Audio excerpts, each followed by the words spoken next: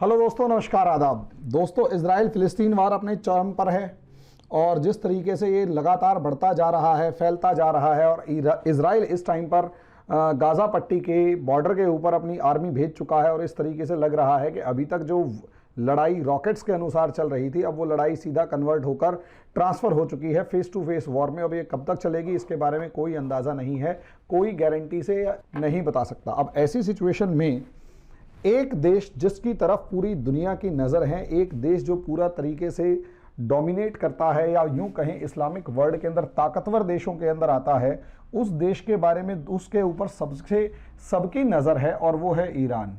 और सवाल ये उठता है और बहुत से बच्चों ने मेरे से कमेंट बॉक्स में भी पूछा कि सर क्या ईरान इजराइल पर हमला करेगा, और मैंने उनको वादा किया था कि इस वीडियो को मैं ज़रूर बनाऊंगा कि क्या ईरान इजराइल पर हमला करेगा। तो आंसर समझ लीजिए दोस्तों, असलियत में सबसे बड़ी खास बात क्या है, यहाँ पर ये इजराइल है, ये जो इजराइल है यहाँ खड़ा ये, और ये ईरान है। शुरू से अब तक अगर आप देखेंगे इन दोनों देशों की ज़बरदस्त दुश्मनी रही है।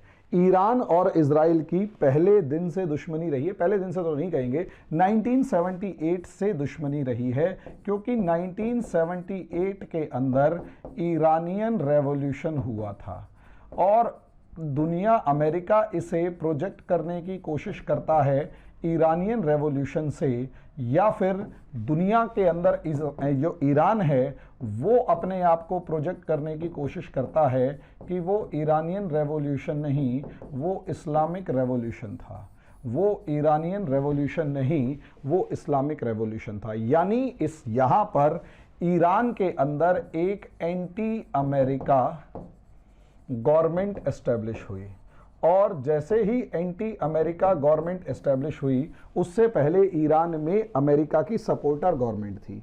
पहले ईरान में अमेरिकन सपोर्टर गवर्नमेंट थी, बाद में एंटी अमेरिका गवर्नमेंट एस्टेब्लिश हुई, और जैसे ही बाद में एंटी अमेरिका गवर्नमेंट एस्टेब्लिश हुई, शाह की गवर्नमेंट हटाकर, तो अमेरिका और ईरान के 36 का आंकड़ा तब से चल रहा है, क्योंकि ईरान ने कहा कि इस इस्लामिक रेवोल्यूशन को spread all over the world, spread all over the world, अब पूरी दुनिया में फैलाएगा।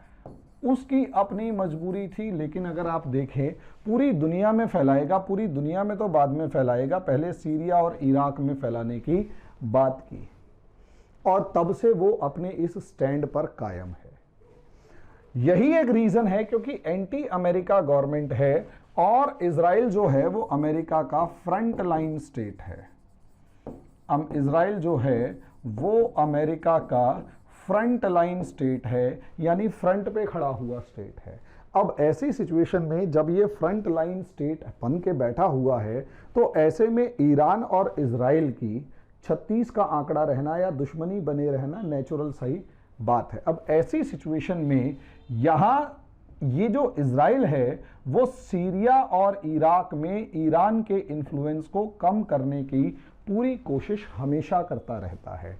पिछले साल अगर आपने अगस्त सितंबर के अंदर देखा होगा, तो इजराइल ने ईरान के अंदर, जिसे कहते हैं कि धुआं सा उठा दिया जबरदस्त लेवल पर। कभी उसके न्यूक्लियर मिसाइल्स को खत्म कर रहा है।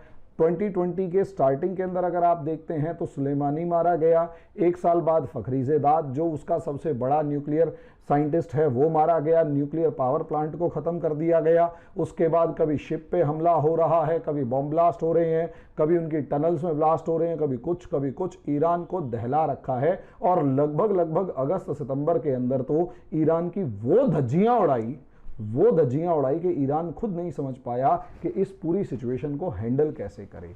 जब ये चीज़ें चल रही थी, जब ये सब चल रहा था, तो आप समझ सकते हैं कि ईरान रोज़ सुबह उठकर एक तरीके की ओथ यानी कसम खा लेता है कि वो इजराइल को छोड़ेगा नहीं। ईरान भी कम नहीं है। ईरान ने लेबनान के अंदर जो है हिजबुल्लाह, उसको प्रोटेक्ट कर रखा है, और गाजा के अंदर हमास, इन दोनों को खुलकर हथियार देने की पूरी कोशिश जो है पूरा खुलकर हथियार प्रोवाइड करने का काम ईरान कर रहा है। ईरान की वजह से आज के दिन हमास जो रॉकेट दाग रहा है, या हमास के पास अभी ये आरोप लगा या ये एक खबर आई कि 30 ईरानियन ड्रोन्स मिले हैं, तो आप समझ सकते हैं 30 ईरानियन ड्रोन्स मिलना और हमास के पास ईरानियन रॉकेट्स का इस्तेमाल होना, जो रॉकेट्स इजराइल के ऊपर दागे जा रही हैं, तो वो सारी चीजें जो हैं वो कहीं ना कहीं ईरान के सपोर्ट को दिखा रही हैं। अब ऐसी सिचुएशन में जिस तरीके से ईरान और इजराइल का 36 का आंकड़ा है, ईरान और इजराइल के बीच में 36 की आंकड़ा है और बहुत ज़बरदस्त लेवल पर इन दोनों के बीच में दुश्मनी है, तो क्वेश्चन यहीं से ये उठता है कि क्या ये ईरान जो है वो इजराइल पर हमला करेगा। तो दोस्तों यहां असलियत में समस्या को समझिए, क्या ईरान इजराइल पर हमला करेगा? जब आप इस सवाल का जवाब ढूंढने की कोशिश करते हैं तो सीधी सी बात यह है कि हम सिर्फ और सिर्फ उनके उस बैकग्राउंड को देखने की कोशिश करते हैं जिसके अंदर ये लड़ते हैं, लेकिन जब हम इन दो देशों की ग्राउंड रियलिटी को उठाकर देखने की कोशिश करेंगे, जब हम इन दो देशों की ग्राउंड रियलिटी को उठाकर देखने की कोशिश करेंगे, तो यहां हमारे सामने कुछ और ही सिचुएशन नजर आती है। नो डाउट ईरान और इजराइल के बीच में 36 का आंकड़ा है।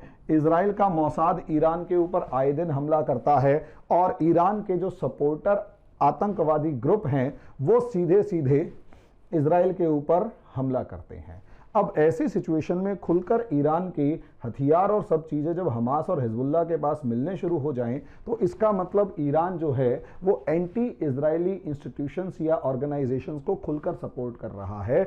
लेकिन जब एक फुल फ्लेज्ड वॉर की बात की जाती है, फुल फ्लेज्ड वॉर की बात की जाएगी, तो दोस्तों यहाँ पर असलियत में ईरान के सामने सबसे पहला तो इकोनॉमिक चैलेंज आ जाएगा।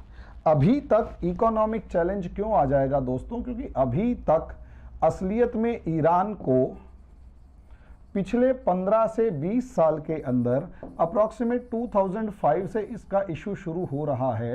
इस 2005 से उसके ऊपर सैंक्शंस लगे हुए हैं, और जैसे ही इसके ऊपर 2005 से सैंक्शंस लगे हुए हैं तो हालत इसकी खराब है।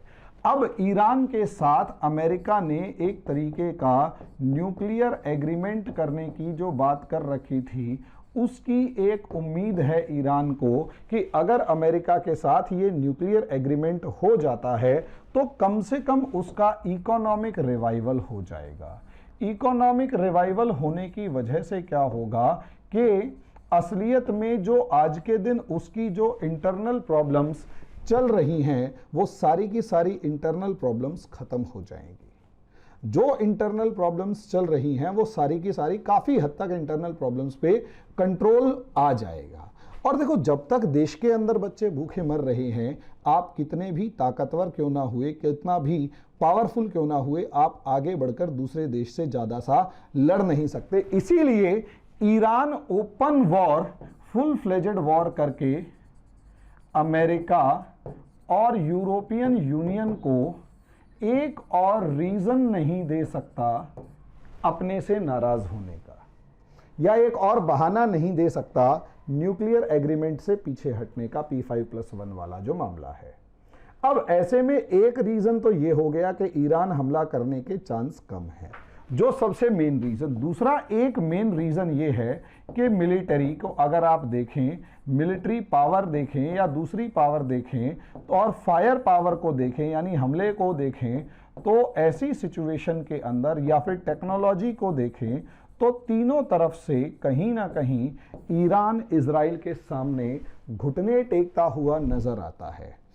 ऐसी सिचुएशन में ईरान कभी भी, और इजराइल ने पूरी ताकत के साथ ईरान के ऊपर जिस तरीके से अगस्त सितंबर के अंदर तांडव मचाया था, और ईरान उसका, इजराइल का बाल भी बांका नहीं कर पाया था, इससे आप खुद ही अंदाज़ा लगा सकते हैं कि टेक्नोलॉजी के मामले में, साइबर फोर्स के मामले में, जो भी आपकी फोर्सेस होती हैं साइबर सिक्योरिटी के मामले में या फिर साइबर सोल्जर मतलब साइबर एक मिलिट्री के मामले में, यहाँ ईरान कितना कमज़ोर है। मिलिट्री के फेस टू फेस वॉर के मामले में भी अगर आप देखेंगे तो ईरान की मिलिट्री स्ट्रेंथ जो है वो काफ़ी कमज़ोर है, ईरान की मिलिट्री स्ट्रेंथ काफ़ी कमज़ोर है इजराइल के कंपैरिजन में। और मान लिया फिर भी ईरान अगर तैयारी शुरू करके किसी तरीके से इजराइल तक अपनी आर्मी भेजने की कोशिश करेगा, तो बीच में यहां पर इराक में बगदाद पड़ता है और बगदाद के अंदर अमेरिकन आर्मी इस टाइम पर मौजूद है। अमेरिकन आर्मी इस टाइम पर मौजूद है और जैसे ही ईरान की फोर्स इराक के अंदर एंट्री करेगी, सबसे पहले उसे ईरान अमेरिका के साथ फेस टू फेस होना पड़ जाएगा। तो यहां पर वो मिलिट्री अटैक को तो भूल ही जाइए। तो अब दूसरे अटैक कौन से बचते हैं? दूसरे अटैक बचते हैं एयर फोर्स के अटैक को। तो दूसरी बात समझ लीजिए, ईरान की जो एयर फोर्स है वो इतनी ज़्यादा स्ट्रांग नहीं है कि वो बीच में खड़ी हुई अमेरिकन फोर्स या यहां पर भी अमेरिकन फोर्स या इजरायली फोर्स से सीधा सीधा टक्कर ले सके। तीसरी सिचुएशन जो ईरान के पास बचती है वो बचता है मिसाइल अटैक।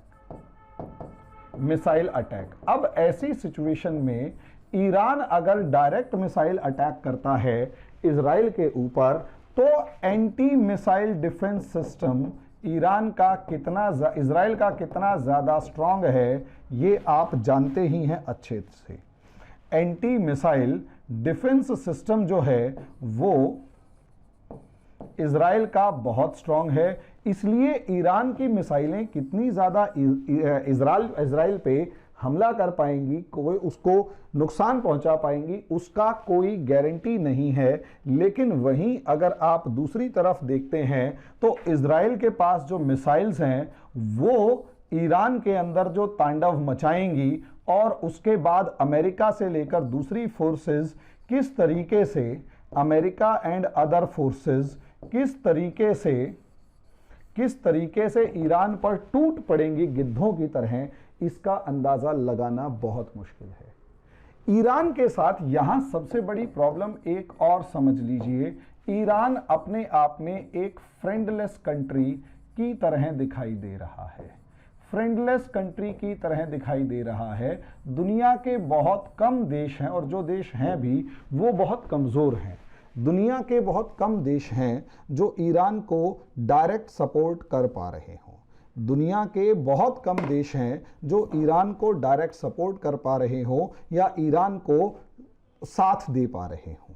यहाँ तक कि भारत जैसा देश भी ईरान को खुलकर सपोर्ट नहीं कर पाया और उसी का नतीजा ये है कि आप ये देखेंगे फ्रेंडलेस है। यहाँ तक कि जो इस्लामिक कंट्रीज़ हैं वहाँ ये इस्लामिक कंट्रीज़ भी, ये जो इस्लामिक देश हैं दोस्तों, ये भी ईरान का, अगर ईरान ने फ़िलिस्तीन के मामले में दखल दिया तो ये सारे इस्लामिक देश ईरान को मरने के लिए छोड़ देंगे, उसका सपोर्ट नहीं करेंगे।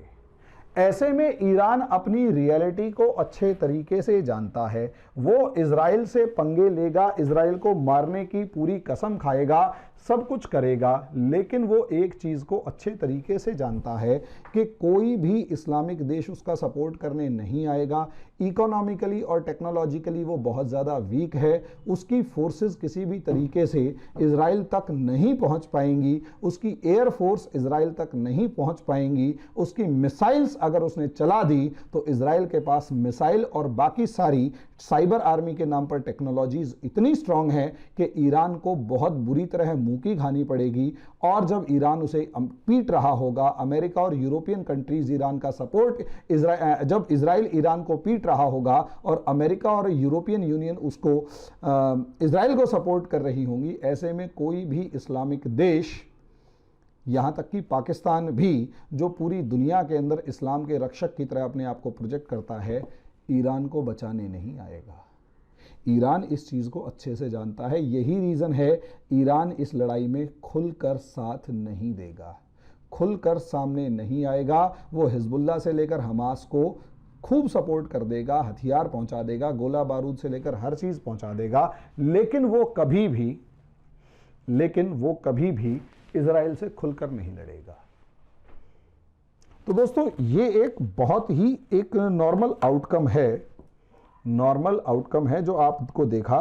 तो इसके अंदर जो भी बात है वो आप कमेंट बॉक्स में लिख सकते हैं। और एक चीज़ मैं आपको ज़रूर बताना चाहूँगा दोस्तों कि आप अपनी कोरोना पीरियड के अंदर तैयारी को कंटिन्यू रख सकते हैं। और चॉकलेट के खर्चे के अंदर जो आप चॉकलेट खा जाते होंगे या छोटा मोटा पॉकेट मनी के खर्चे में आप अपनी यूपीएससी की तैयारी कंटिन्यू कर सकते हैं। इसलिए मैसेज कीजिए, कांटेक्ट कीजिए और जितना जल्दी हो सके हमसे जुड़िए, क्योंकि बहुत ही बेसिक लेवल पर हम आपकी तैयारी को शुरू करवा रहे हैं। धन्यवाद।